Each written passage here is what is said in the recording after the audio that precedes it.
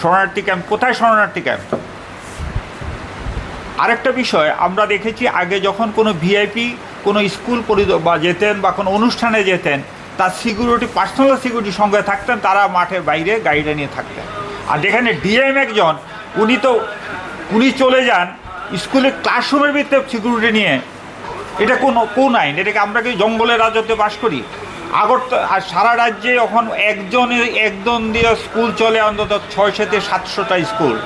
সেখানে আমরা বলবো আগে ব্যবস্থাটা করুন,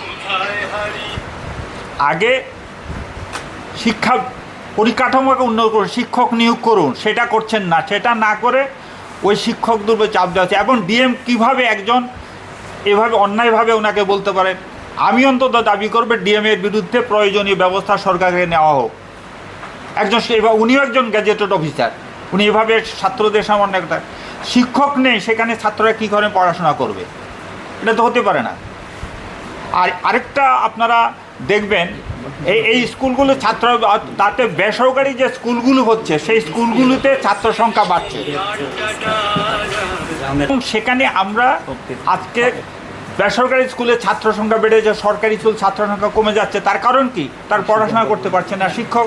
এছাড়া তাদেরকে বিএলও বিভিন্ন সরকারি কাজে, তাদের সেন্সাস বিভিন্ন কাজে নিয়ে যাওয়া হচ্ছে। তো স্কুলে একজন শিক্ষক দিয়ে স্কুল চলছে, তার পড়াশোনা কি হবে?